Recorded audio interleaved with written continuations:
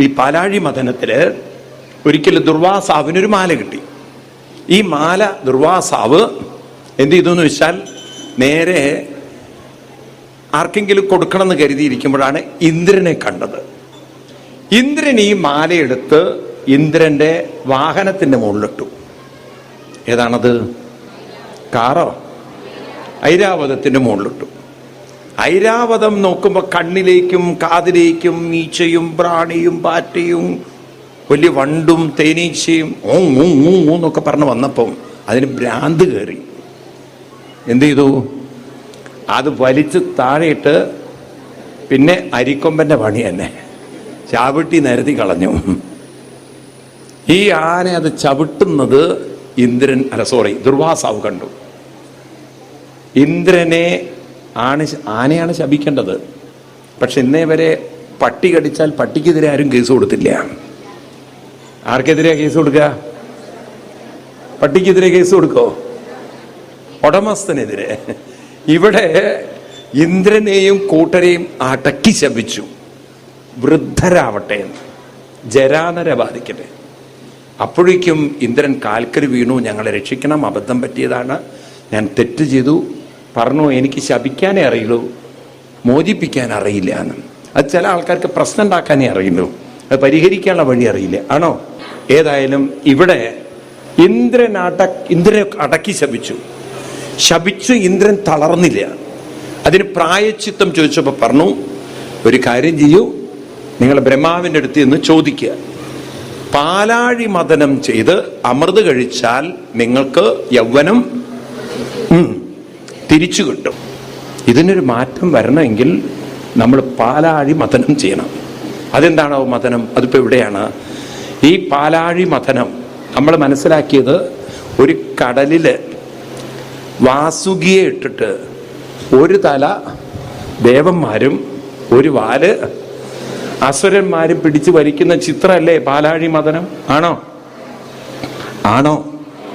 എന്നാൽ അതൊരു കഥ മാത്രമാണ്, ഞാൻ അതിലേക്ക് കടക്കുന്നില്ല. ഒരു കടലിൽ ഇങ്ങനെ മന്ദരപർവ്വതട്ട് വാസുകിയെ ചുറ്റി വലിക്കുന്നതൊക്കെ സങ്കല്പിക്കാൻ പറ്റും എന്ന് വിചാരിച്ചാൽ പോലും യാഥാർത്ഥ്യമായിട്ട് നടക്കുമോ? ഉണ്ടോ? ഇല്ല, ഒരിക്കലും ഉണ്ടാവില്ല. അപ്പൊ എന്താ നമ്മൾ മനസ്സിലാക്കേണ്ടത്? ഇവിടെ മഥനം ചെയ്യേണ്ടത്, നാരായണീയത്തിൽ ഭട്ടതിരിപ്പാട് പറഞ്ഞിട്ടുണ്ട്, ഈ പാലാഴി എന്ന് പറയുന്നത് മനസ്സ് തന്നെയാണ്. എവിടെയാണ്? മനസ്സാണ്. ഈ മനോമന്ധരോദ്ധാരകൂർമ്മം, ഈ മനസ്സിനെ തന്നെയാണ് എന്ത് ചെയ്യേണ്ടത്? മഥനം ചെയ്യേണ്ടത്. അപ്പൊ ആ മനസ്സ് രണ്ട് ഭാഗത്തേക്ക് വലിക്കും. ഒന്ന് കൂട്ടുകാര് ശ്രീകാവിലേക്ക് വിളിക്കും, ഇപ്പുറത്ത് ശ്രീകോവിലേക്കും വിളിക്കും. എവിടേക്ക് പോകണം? ഇപ്പം നിങ്ങൾ മാറ്റി പറഞ്ഞു. എങ്ങോട്ട് പോകണം? ശ്രീകോവിലേക്ക് തന്നെയാ പോകേണ്ടതെന്ന് ഉറപ്പ് വരുമോ? ആ സന്ധിക്ക് ക്യൂ നിൽക്കുന്നവർക്ക് വരുമോ? ഒരെണ്ണത്തിന് വരില്ല. അവരവിടെ അവിടെ ശ്രീകാവിൽ ക്യൂ നിൽക്കുക. അപ്പോൾ ഇവിടെ ഒരു ഭാഗത്തേക്ക് നമ്മുടെ ദുർബലതകളിലേക്ക് വിളിക്കുമ്പോൾ, വേറൊരു ഭാഗത്ത് നന്മയിലേക്ക് വിളിക്കുമ്പോൾ അവിടെയാണ് ബോധം, അവിടെയാണ് ഒരു കൂട്ടുത്തരവാദിത്വം. നമ്മുടെ ക്ഷേത്രങ്ങളിലുണ്ടല്ലോ, സന്ധ്യാസമയത്ത് കുറച്ച് നാമങ്ങളും മറ്റൊക്കെ ചൊല്ലുന്ന ഒരു സംസ്കാരമുണ്ടെങ്കിൽ, അല്ലെങ്കിൽ ബോധമുണ്ടാവണം, ഞാൻ എൻ്റെ ഭാര്യയും മക്കളെയും കൊണ്ട് അമ്പലത്തിൽ പോകണം, അല്ലെങ്കിൽ മക്കളെയും കൊണ്ട് ദീപാരാധനയ്ക്ക് പോകുമ്പോൾ അവിടെ ഇങ്ങനെ നാമം ജപിക്കുമ്പോൾ കിട്ടുന്ന ഒരു ശക്തി, ഈ ശക്തിക്ക് തുല്യമായി വേറൊന്നും ഇല്ല. ഇതാണ് നാളത്തെ ജീവിതത്തിൽ ജീവിക്കാനുള്ള കരുത്തായി മാറുന്നത്. ഇന്ന് ഞാൻ അനുഷ്ഠിക്കുന്നത് നാളെ എൻ്റെ കരുത്താണ്. ഇന്ന് ഞാൻ എന്തനുഷ്ഠിക്കുന്നുവോ അത് നാളത്തെ. അവർക്ക് പറയൂ, നിങ്ങൾ രാവിലെ എണീറ്റ് നാമം ജപിച്ച് ശീലിച്ചു നോക്കൂ, ക്രമേണ ക്രമേണ ക്രമേണ അത് നിങ്ങളുടെ ഉള്ളിലൊരു ഉൾഫലമായി, ഉൾക്കരുത്തായി മാറും. ഞാൻ പറയുന്നത് സത്യമാണെന്ന് എത്ര പേർക്ക് ബോധമുണ്ട്? കുറേ പേർക്കെങ്കിലും അത് ബോധം ഉണ്ടാവും. നിങ്ങൾക്ക് കുറേയും കൂടി ജീവിതത്തെ ധൈര്യത്തോടുകൂടി അഭിമുഖീകരിക്കാൻ പറ്റും. കുറച്ചുകൂടി ഒരു ധൈര്യം നിങ്ങൾക്ക് കാണാം. നിങ്ങൾ അങ്ങനെയൊന്നും മെന്റലി ഡൗൺ ആവില്ല. ഇവിടെ ആ പാലാഴി മഥനം കഴിഞ്ഞ് ആദ്യം തന്നെ കാളകൂട വിഷം വന്നു. ഏത്? അതാരെങ്കിലും കുടിച്ചിട്ട് ഈ ഭൂമി നശിച്ചു പോവും. ആരാപ്പത് കുടിക്കുക? അപ്പോഴാണ് ഒരു മൂലയിൽ പാവം ആരിയ്ക്കണു? മഹാദേവൻ. എല്ലാവരും കൂടി കാളകൂട വിഷം ആരടുത്ത് എത്തിച്ചു? ശിവന്റെ അടുത്ത് എത്തിച്ചു. പാവം ശിവനത് 2 കൈകൊണ്ടും വാങ്ങിച്ച് കുടിച്ചപ്പോൾ എന്ത് സംഭവിച്ചു? പിന്നെ നിങ്ങൾ കേട്ട കഥ, പാർവതീദേവി കഴുത്ത്, ഭാഗവതത്തിൽ വാസ്തവത്തിൽ പാർവതീദേവി കഴുത്ത് പിടിച്ചില്ല കേട്ടോ. അത് എഴുത്തച്ഛൻ്റെ ഒരു ഭാഗവതത്തിലേ ഉള്ളൂ, മൂലഭാഗവതത്തിലൊന്നുമില്ല. സ്വയം തൻ്റെ ശക്തി കൊണ്ട് അതിനെ അവിടെ പിടിച്ചു നിർത്തി. ആര്? ഭഗവാൻ. ആ കരുത്തുകൊണ്ട് പിടിച്ചു നിർത്തിയപ്പോൾ അത് നീലവർണ്ണമായി.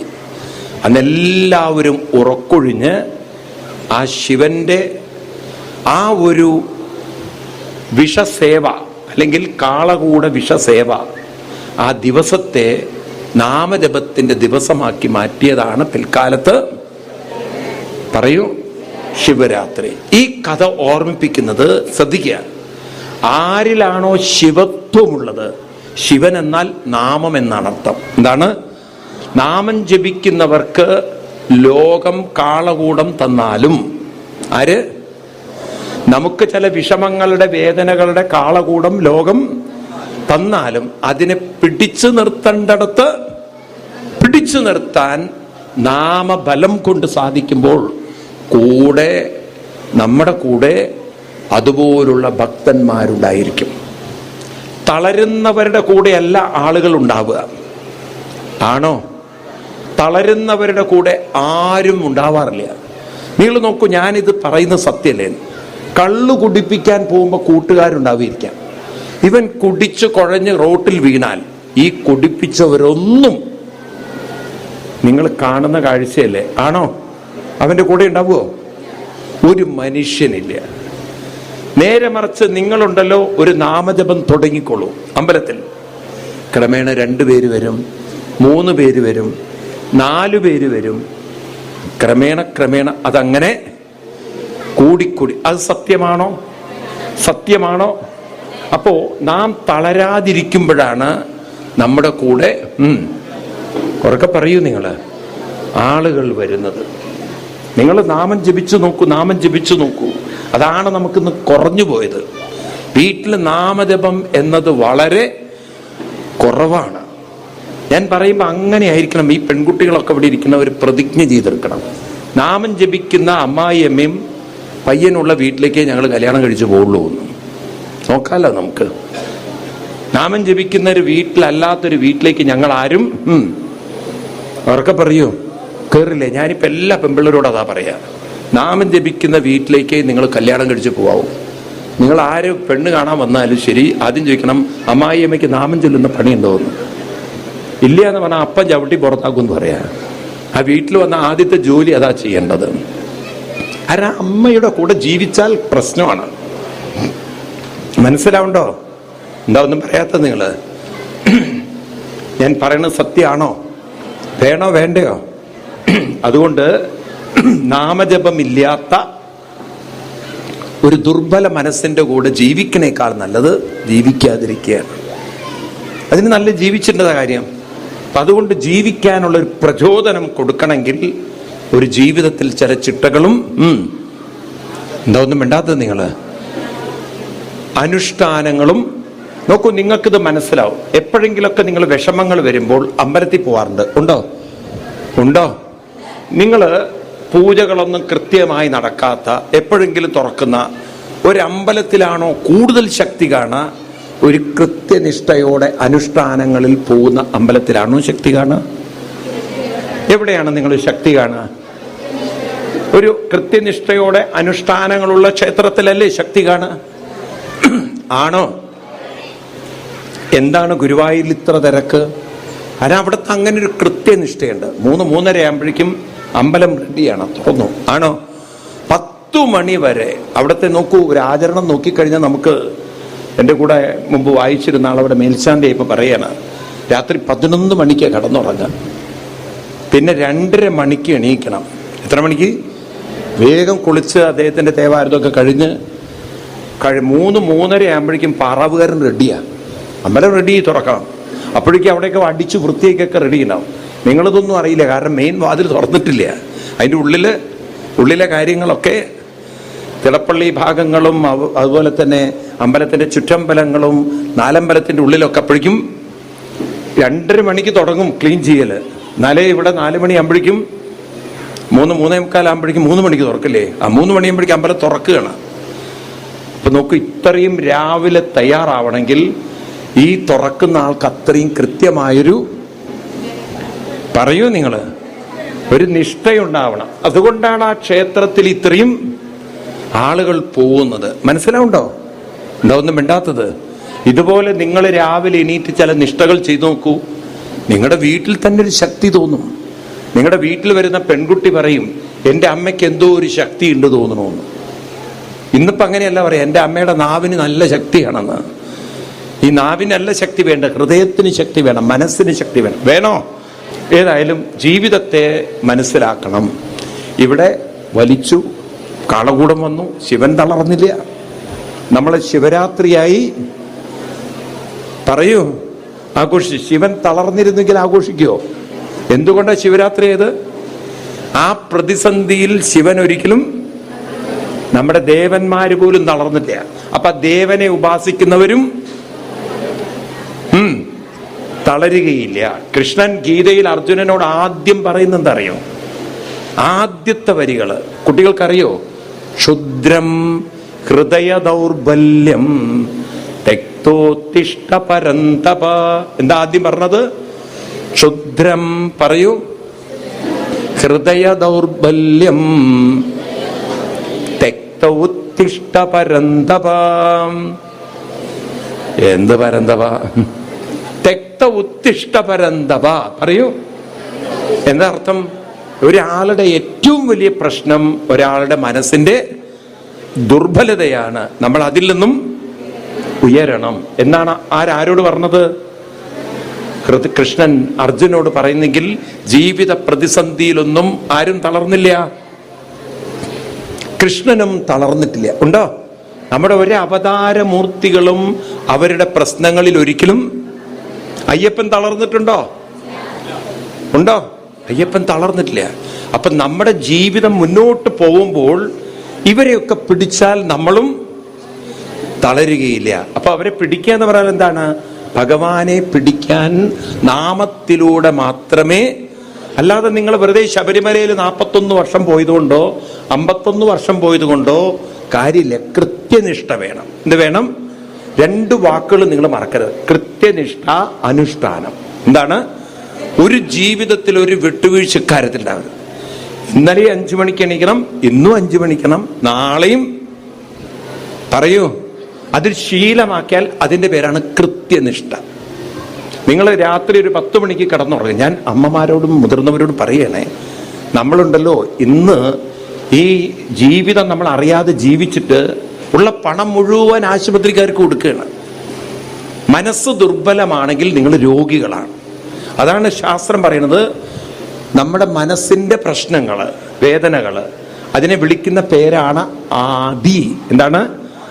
ശരീരത്തിന്റെ രോഗത്തെ വിളിക്കുന്ന പേരാണ് വ്യാധി. ആദിയുണ്ടോ? അപ്പൊ മനസ്സ് നേരെയാക്കണ്ടേ? എന്താ ഒന്നും മിണ്ടാത്തത്? അപ്പൊ മനസ്സിന് ശക്തിയില്ലെങ്കിൽ ശരീരത്തിനൊന്നും, ഉറക്കെ പറയൂ. നോക്കൂ, നിങ്ങൾ ആശുപത്രിയിലൊക്കെ ഇങ്ങനെ കിടക്കുകയാണ് ആൾക്കാർ വ്യാധികളും കൊണ്ട്. എന്താ കാരണം? മനസ്സിന് ആദിയാണ്. എന്റെ മനസ്സിന് ആദി? കൃത്യനിഷ്ഠയുമില്ല, ഒരനുഷ്ഠാനവുമില്ല. അപ്പൊ മനസ്സിന് ശക്തിയില്ല. അപ്പൊ പിന്നെ ഇങ്ങനെ രോഗം വരാതിരിക്കുക. എന്ത് മനസ്സാണ് രൂപപ്പെടുത്തുന്നത് അതിനനുസരിച്ചായിരിക്കും ജീവിതം. അപ്പൊ എങ്ങനെയാ ധീരരായി ജീവിക്കുക?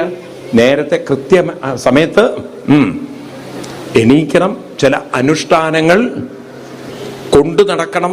അങ്ങനെ ശീലിച്ചു നോക്കൂ. മരിക്കേണ്ട സമയം കൃത്യം, അതങ്ങോട്ട് പ്രാണൻ പൊയ്ക്കോളും. ഉണ്ടോ? എന്താ ഒന്നും പറയാത്തത്? ഈ ശരീരത്തിലേക്ക് ഈ ജീവന് വരാൻ അറിയുമെങ്കിൽ ഈ ശരീരത്തിൽ നിന്ന് അതിന് പോവാനും അറിയാം. അപ്പൊ നമ്മൾ എന്താ ചെയ്യേണ്ടത്? അതിന് പോവാനുള്ളൊരു ധീരത കൊടുക്കണം, വേണ്ടേ? നമ്മളിപ്പോ എന്താ ചെയ്യണ അറിയാം? മനസ്സിനെ ദുർബലമാക്കുമ്പോൾ അതിന് ഇതിൽ നിന്നും പോവാൻ പറ്റാതെ വരുമ്പോഴാണ് ദുരന്തമുണ്ടാകും. നിൽക്കട്ടെ, ഏതായാലും ഇവിടെ പാലാഴി മഥനം കഴിഞ്ഞത്തിലാണ് കുറേ സാധനങ്ങൾ വന്നത്. ലക്ഷ്മി ദേവി വന്നു, തുളസി വന്നു, താരാദേവി വന്നു, എന്താണ് ഉച്ചൈസ്രവസ് എന്നൊരു കുതിര വന്നു. പിന്നെ വീണ്ടും ആരാ വരുന്നത്? ഈ പ്രശ്നങ്ങളൊക്കെ ഉണ്ടാക്കിയ ഒരു ഐരാവതം വീണ്ടും അതിൽ നിന്ന് വന്നു. അവസാനം വന്നു, അവസാനല്ല, അതിനു മുമ്പ് ഒന്നുകൂടി വന്നു. ഏതാണത്? അപ്പോഴാണ് വാരുണി മദ്യം വന്നത്. ഏതായാലും ഇപ്രകാരം ഇതൊക്കെ കഴിഞ്ഞ് അവസാനം വരുന്നു. ഏത്? അമൃതം വരുന്നു. ഏതാണ്? അമൃത് കണ്ടതും അസുരന്മാരൊറ്റ തട്ടലും കൊണ്ടുപോലും ദേവന്മാർ വായും പൊളിച്ച് കാത്തിരിക്കുക. ഈ അമൃതത്തിന് വേണ്ടിയിട്ടാണ് ഇത്രയും നേരം മെനക്കെട്ടത്. ആരുടെ കൈ കിട്ടി? ആരുടെ കൈ കിട്ടി? അസുരന്മാരുടെ കൈ കിട്ടി. ഇതിനു വേണ്ടിയിട്ടാണ് കഷ്ടപ്പെട്ട് ഈ തരത്തിൽ പാലാഴി മഥന സമയത്ത് അമൃതം കൊണ്ട് ആര് പോയി? പറഞ്ഞില്ലേ? ആര് പോയി? അസുരന്മാര്. ദേവന്മാര് വായും പൊളിച്ചിരിക്കുക. കരഞ്ഞ് ഭഗവാൻ വീണ്ടും ഒരവതാരം. അങ്ങനെയാണ് ഭഗവാൻ മോഹിനിയായിട്ട് അവതരിച്ചത്. മിസ് യൂണിവേഴ്സ് എന്നൊക്കെ കേട്ടില്ലേ? അങ്ങനെ വിശ്വസുന്ദരിയുടെ രൂപമെടുത്ത് ആര് വന്നു? ഭഗവാൻ വന്നു. ദേവന്മാര് നോക്കി നിൽക്കെ അസുരന്മാരെടുത്തു പോയി. അസുരന്മാരെടുത്ത് ഇങ്ങനെ കുണുങ്ങി ചെന്നപ്പോ അവര് എവിടുന്ന് വന്നു, എപ്പ വന്നു, കല്യാണം കഴിഞ്ഞിട്ടുണ്ടോ എന്ന് ആദ്യത്തെ ചോദ്യം. ഇവരെന്ത് ചോദിച്ചാൽ അമൃതൊക്കെ ഒരു ഭാഗത്ത് വെച്ച് ആ മോഹിനിയോട് സംസാരിക്കുന്ന ആ സമയത്ത് ചില അസുരന്മാര് പറഞ്ഞു, ഇനി നിങ്ങൾ വിളമ്പി തന്നാൽ മതി ഞങ്ങൾക്ക്. അമൃത് കൊണ്ട് മോഹിനി ദേവിയുടെ കയ്യിൽ കൊടുത്തു. ആ ദേവിയുടെ കയ്യിൽ അത് കിട്ടിയതും ദേവി അവരോടൊക്കെ ഇരിക്കാൻ പറഞ്ഞിട്ട് ഒരു കണ്ണടച്ചിരുന്നോളാൻ. പാവങ്ങൾ അതുപോലെ അനുസരിച്ചു, കണ്ണടച്ചിരുന്നു. ആര്? അസുരന്മാർ. ദേവന്മാരോട് അതിൻ്റെ ഇടയിൽ ഇപ്പുറത്ത് വന്നിരിക്കാൻ പറഞ്ഞു. അവരും കണ്ണടയ്ക്കാൻ തുടങ്ങി. മോഹിനിക്കൊരു ചവിട്ട് കൊടുക്കാൻ തോന്നി. അവരല്ലേ കണ്ണടച്ചിരിക്കേണ്ടത്, നിങ്ങളെന്തിനാ കണ്ണടയ്ക്കുന്നത്? എന്നിട്ട് ഈ അമൃത് മുഴുവൻ ആർക്ക് കൊടുത്തു? അസുരന്മാർക്കോ? ദേവന്മാർക്ക് കൊടുത്തു. അസുരന്മാർ വിചാരിച്ചു ഇപ്പൊ വരുന്നു. എന്തു വന്നു? വെറും ഈച്ചയും കാറ്റും, വേറൊന്നും വന്നില്ല. അതിലൊരു അസുരൻ എനിക്ക് തോന്നുന്നു തൊടുപുഴക്കാരനാണെന്ന്. അയാൾ ഒറ്റ കണ്ണുകൊണ്ട് നോക്കിയപ്പോ ദേവന്മാര് അമൃത് വിഴുങ്ങാണ്, അസുരന്മാര് വായും പൊളിച്ചിരിക്കുക. ഈ ഡെന്റിസ്റ്റിന്റെ മുന്നിൽ പോയി നമ്മളെന്താ ചെയ്യുക? വായും പൊളിച്ചിരിക്കുക. ഇവരൊക്കെ പല്ല് പറയ്ക്കാൻ കാത്തിരിക്കുന്ന ആൾക്കാരെ പോലെ ഉണ്ടിരിക്കണം. വേഗം ആ അസുരൻ വേഷം മാറി ദേവന്മാരുടെ ഇടയിൽ പോയിരുന്നു. ഇത് സൂര്യഭഗവാനും അതുപോലെ ചന്ദ്രഭഗവാനും കണ്ടു എന്നാണ്. അപ്പോഴേക്കും ഭഗവാനോട് പറഞ്ഞു ഇത് അസുരനാണ്. അപ്പോഴേക്കും അമൃതം എൻ്റെ കഴുത്തിലെത്തി എന്നാണ്. ആ അമൃത് എത്തിയതും തൻ്റെ ചക്രം കൊണ്ട് മുറിച്ചു കളഞ്ഞു. പക്ഷെ ഇത്രയും ഭാഗം അമൃത് തട്ടിയപ്പോൾ അത് മരണമില്ലാത്തൊരു ഭാഗമായി. ആ നിമിഷം മുതൽ അവൻ്റെ ജോലി സൂര്യനെ വിഴുങ്ങുക, അത് കഴിഞ്ഞാൽ ചന്ദ്രനെ വിഴുങ്ങുക. ഇതൊക്കെ ഒരു കഥാരൂപത്തിൽ അവതരിപ്പിക്കുമ്പോഴും ഈ കഥയിലൂടെ എങ്ങനെയാണ് ഗ്രഹണം ഇവിടെ ഉണ്ടാവുന്നതെന്ന് ആവിഷ്കരിക്കുകയാണ്. അതായത് സൂര്യനും ഭൂമിക്കും ഇടയിൽ ആര് വരുന്നു? ചന്ദ്രൻ വരുന്ന സമയത്ത് ആ നിഴൽ പറ്റുമ്പോഴാണല്ലോ നമ്മൾ എന്ത് ഗ്രഹണം? സൂര്യഗ്രഹണമെന്നും സൂര്യനാണ് ഭാവം മാറി വരുന്നതെങ്കിൽ ചന്ദ്രഗ്രഹണമെന്നും ഒക്കെ നമ്മൾ സൂര്യനെ മറയുമ്പോൾ സൂര്യഗ്രഹണമായി ആണോ, ചന്ദ്രനെ മറയുമ്പോൾ ചന്ദ്രഗ്രഹണമായി, ഇപ്രകാരമൊക്കെ നമ്മൾ വിളിക്കുന്നത്. ഈ മറയൽ ഇവരെ വിഴുങ്ങുന്നതായി സങ്കല്പിച്ചിരിക്കുക. നിൽക്കട്ടെ, നമുക്ക് ആ വിഷയത്തിലേക്ക് വരാം. ഇവിടെ ഈ അമൃതെടുത്ത് ദേവന്മാർക്ക് ആരുടെ കയ്യിലായിരുന്നു അമൃത്? ആരുടെ കയ്യിലായിരുന്നു എന്ന് പറഞ്ഞാൽ എന്താ നമ്മൾ അർത്ഥമെടുക്കേണ്ടത്? ഒരാൾ ആസുരികമായി ജീവിച്ചാൽ എന്ന് വെച്ചാൽ, അസുരൻ എന്ന് വിചാരിച്ചാൽ നിങ്ങൾ വെച്ചാൽ കൊമ്പും മീശയൊക്കെ ഉള്ളവരല്ല. അസുരൻ എന്ന് പറഞ്ഞാൽ ഒരു കൃത്യനിഷ്ഠയില്ലാതെ, അനുഷ്ഠാനങ്ങളില്ലാതെ, കുത്തഴിഞ്ഞ് തോന്നിയതുപോലെ ഇഷ്ടത്തിനനുസരിച്ച് ജീവിക്കുന്നവരെയാണ് അസുവിൽ രമിക്കുന്നവൻ അസുരൻ എന്നാണ്. ഈ വാക്ക് മറക്കരുത് നിങ്ങൾ. ആരാണ് അസുരൻ? അസുവിൽ, അസു എന്ന് പറഞ്ഞു കഴിഞ്ഞാൽ അവനവന്റെ സ്വാർത്ഥ സുഖം എന്നാണ്. എന്താണ്? എന്റെ ഇഷ്ടപ്രകാരം ജീവിക്കുന്നവനാണ് ആര്? അസുരൻ. അപ്പൊ അസുരന്മാരിന്നുണ്ടാവുമോ? അവനവന്റെ ഇഷ്ടത്തിനനുസരിച്ച് ജീവിക്കുന്നവർ ഇന്നുണ്ടാവുമോ? എവിടെ ഉണ്ടാവും? എവിടെ ഉണ്ടാവും? തൊടുപുഴയില്ല, ധാരാളം. അപ്പൊ ഈ തരത്തിൽ അവനവന്റെ ഇഷ്ടപ്രകാരം ജീവിക്കുന്നവര് അസുരന്മാരും, എന്നാൽ തനിക്കും മറ്റുള്ളവർക്കും ഉന്നതി ഉണ്ടാവണം, ഒരു ദീർഘവീക്ഷണത്തിൽ ജീവിക്കുന്നവർ ദേവന്മാരുമാണ്. താനും നന്നാവണം, മറ്റുള്ളവര്, അതിനുള്ള കരുത്ത് തനിക്ക് വേണം. ഇപ്പൊ നോക്കൊരു സ്വാർത്ഥ ചിന്ത അവനവന് കഴിവുണ്ടായാലും അതൊന്നും പ്രയോജനപ്പെടാതെ നശിപ്പിക്കും. എന്നാൽ ഒരു നിസ്വാർത്ഥ ചിന്ത അത് തന്നെയും ഉയർത്തും. പറയൂ, അവരുടെ കയ്യിൽ അമൃതം കിട്ടിയിരിക്കുന്നതാണ്. നിസ്വാർത്ഥമായി ജീവിക്കുന്നവർക്കായിരിക്കും എപ്പോഴും. നിസ്വാർത്ഥ എന്ന് പറഞ്ഞാൽ അർത്ഥം തെറ്റിദ്ധരിക്കരുത്. ഒരു കൃത്യനിഷ്ഠയോടെ ജീവിച്ച് മറ്റുള്ളവർക്ക് തൻ്റെ ജീവിതം ഒരു അനുഗ്രഹമായി, പ്രയോജനമായി, ഉപകാരമായി, പ്രചോദനമായി മാറ്റാൻ സാധിക്കുന്ന ഒരു ജീവിതം നയിക്കുന്നവരുടെ കൂടെ ആരുണ്ട്? ഭഗവാനും അമൃതവുമുണ്ട്. അമൃത് എന്ന് പറഞ്ഞാൽ അർത്ഥം, അമൃതം എന്ന് പറഞ്ഞാൽ കുടിക്കുന്നൊരു സാധനം എന്ന് ഇവിടെ കഥയിൽ പറയുന്നുണ്ടെങ്കിലും ഇവിടെ നമ്മൾ കുടിക്കുന്നത്, മനുഷ്യൻ കുടിക്കേണ്ടത് ഒരു അനുഷ്ഠാനത്തിലൂടെ കിട്ടുന്ന ആനന്ദവും നല്ല ബന്ധങ്ങളിലൂടെ കിട്ടുന്ന സ്നേഹവും സന്തോഷവും, ഇതൊക്കെയല്ലേ കുടിക്കേണ്ടത്? ആണോ? അങ്ങനെയുള്ളൊരു അമൃത് കിട്ടണമെങ്കിൽ മഥനം ചെയ്യണം. അപ്പൊ എന്താ ഇവിടെ മഥനം? ഈ അമൃതം കിട്ടണമെങ്കിൽ എന്താണ് മഥനം? നമ്മളിലെ ആസുരികതയിൽ നിന്നും നമ്മൾ ഉയരണമെങ്കിൽ കൃത്യനിഷ്ഠ വേണ്ടേ? വേണോ? വേണം. അതുപോലെ അനുഷ്ഠാനം വേണ്ടേ? ക്ഷേത്രങ്ങളിൽ പോയി ആചരണങ്ങൾ വേണ്ടേ? വേണോ? അതുപോലെ തന്നെ എന്തെങ്കിലും ഗ്രന്ഥങ്ങൾ ഒന്നിച്ച് പാരായണങ്ങളൊക്കെ ചെയ്യുന്ന രീതിയിൽ നമ്മൾ ജീവിതം കൊണ്ടു നടന്നാൽ കൃഷ്ണൻ പറയുന്നു അവരുടെ ജീവിതം അമൃതത്വത്തിന് യോഗ്യമാണ്. എന്തിന്? അമൃതത്വായ കൽപ്പതേ. അപ്പൊ അവിടെ അമൃതം എന്ന് പറഞ്ഞാൽ കുടിക്കുന്നൊരു സാധനമല്ല, അനുഭവം എന്നർത്ഥം. അപ്പൊ നല്ലൊരു അനുഭവത്തിലേക്ക് അവരുടെ ജീവിതം കടന്നുപോകുമെന്ന് ഭാഗവതം ഓർമ്മിപ്പിക്കുക.